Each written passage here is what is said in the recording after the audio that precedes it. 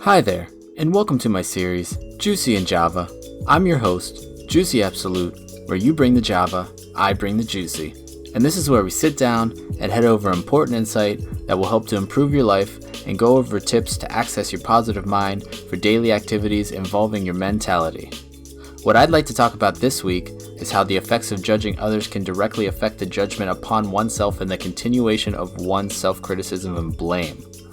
I want you to be aware of how it's measured and how to begin loving yourself and loving everything that you do on a daily basis. First of all, I think it's easy to see that we shouldn't be judging each other. We know this. It's kind of like physical activity and eating right. We all know what to do, but can never quite commit to holding a plan together. As a coach of wellness for 11 years, I know this to be true.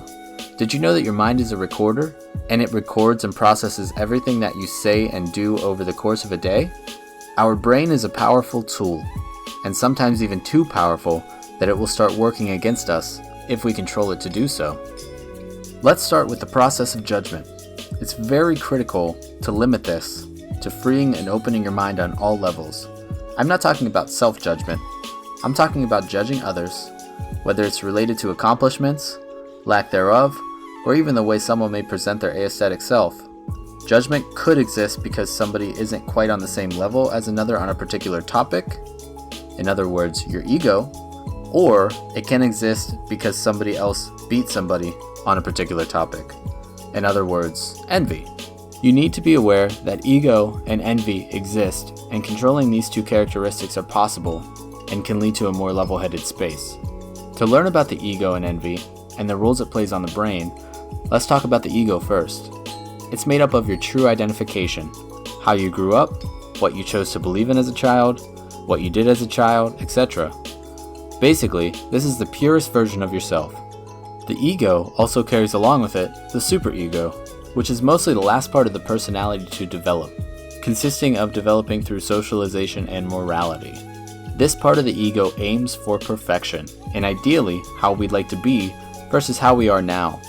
Sometimes the superego will take control because we let it, and it doesn't match well with your pure identification.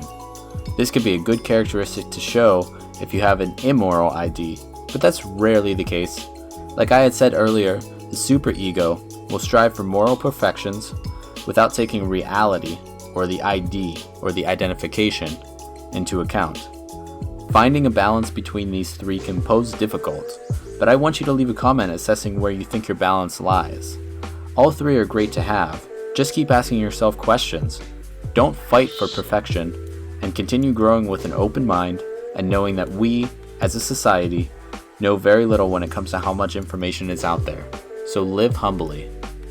Envy is simply the feeling of discontent aroused by someone else's possessions, qualities, or luck. Remember, envy is a controlled response and revolves around judgment. Be aware that your life is unique in the way that nobody else possesses your qualities, or luck either. You are a unique being, and I promise there have been people envious of you at one point as well. Have a game-changing desire to be you, and nothing but you. Life is about finding out who you are. It's filled with rocky paths, and ups and downs, and many failures. Next time you fail something, I want you to think of something you learned along that road. Tell me in the comments below. To prevent judging yourself, stop judging others.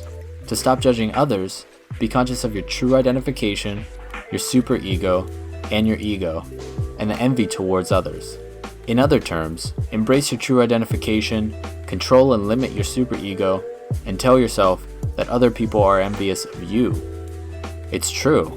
You'll soon see your qualities and characteristics will take a turn towards a more positive mindset. And remember, don't stop asking yourself questions. Let me know in the comments what kinds of questions you ask yourself on a daily basis. We shall unite again, and as always, stay juicy.